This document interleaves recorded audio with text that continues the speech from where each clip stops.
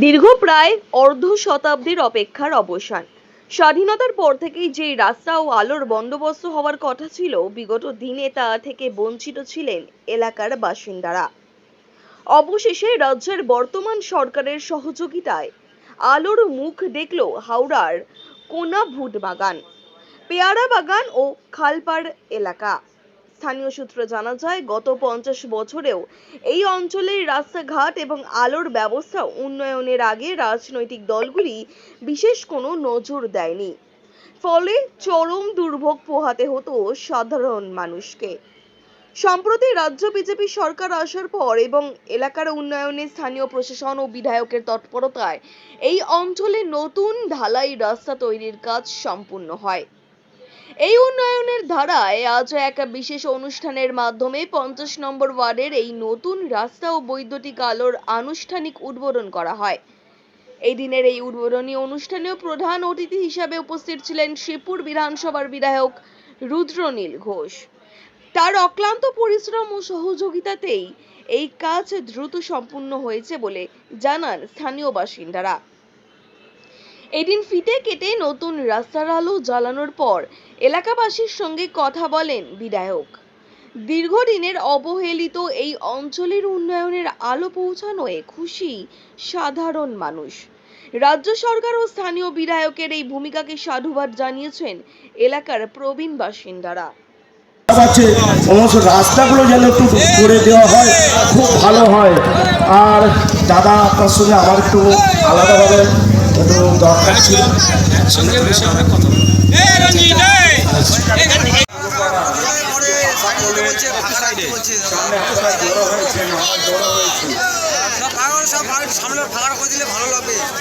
এটা একটা আনন্দের একটা মুহূর্ত। সাইড হয়ে গেলে ভালো তো। আমাদের জীবনে অনেক রকমের অন্ধকার রয়েছে। দুর্ভাগ্যজনকভাবে এর আগে যে সরকার ছিল, দুর্ভাগ্যজনকভাবে তারা মানুষের সঙ্গে দেখা করে চলে গেছে। আপনারা যারা এখানে অসংখ্য মানুষ থাকেন, সেটা পেয়ারা বাগান হোক, দুধ বাগান হোক, এখানে যেমন জমা জলের সমস্যা, এখানে যেমন রাস্তাঘাটের সমস্যা, ঠিক তেমনই পানীয় জলের সমস্যা আছে, একটা আলোর সমস্যা ছিল। আমি ঈশ্বরকে ধন্যবাদ জানাই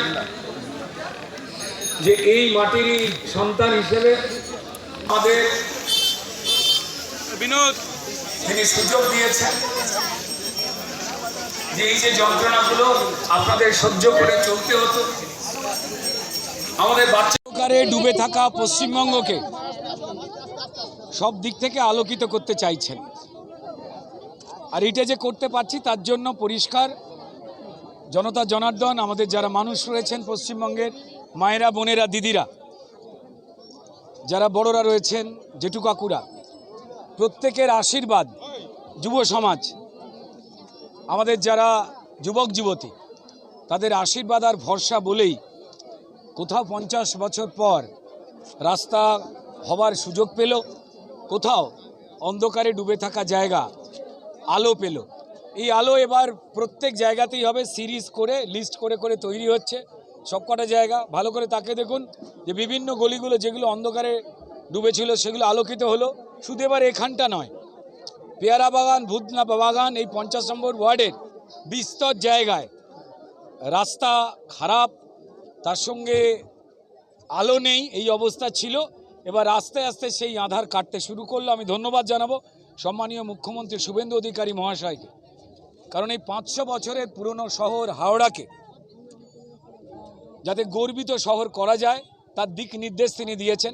আমি ধন্যবাদ জানাবো হাওড়া মিউনিসিপ্যাল কর্পোরেশনের সমস্ত ইঞ্জিনিয়ারদের, অফিসারদের, যারা দ্রুততার সঙ্গে শিবপুর বিধানসভায় তথা সমগ্র হাওড়ার জলে ডুবে থাকা গলিগুলোর পর্যবেক্ষণ করে ম্যাপ তৈরি করা, কোথায় রাস্তা তৈরি করা, যে কাজ 15-20 বছর আগের সরকারগুলো করে যায়নি, সেই সাবমোচন আমাদের করতে হচ্ছে।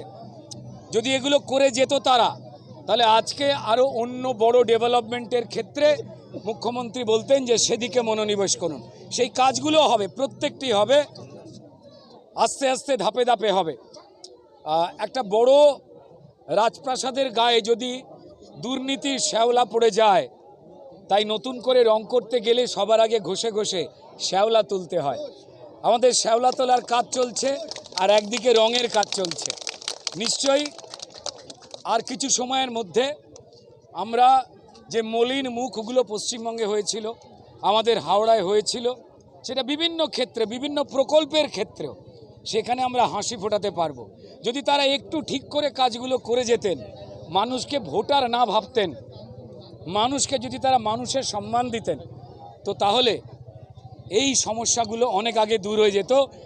যে সমস্যাগুলো আগে মেটাবার কথা ছিল আগের সরকারগুলোর, সেই কাজ এই সরকারকে করতে হচ্ছে। আমরাই শুধু বলছি যে আমরা পাপ মোচন বা সাপ মোচন করছি, আসল কাজ আপনাদের জন্য আরও ডেভেলপমেন্টের কাজ করতে দৃঢ় প্রতিজ্ঞ এই নতুন রাজ্য সরকার। ওই তো বক্স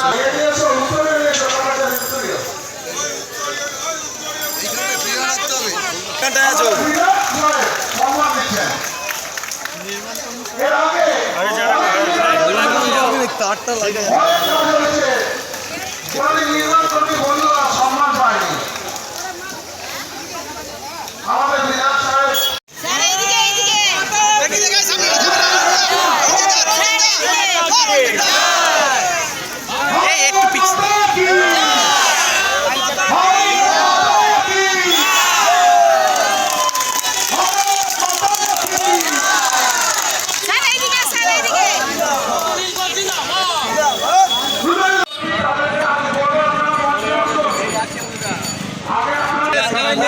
চলে আসবে এখানে।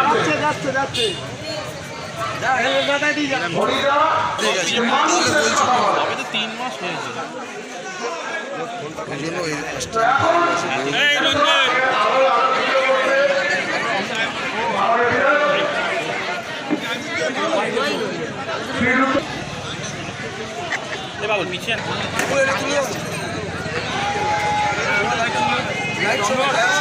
এবার লাইটটা দিয়ে জ্বালবে।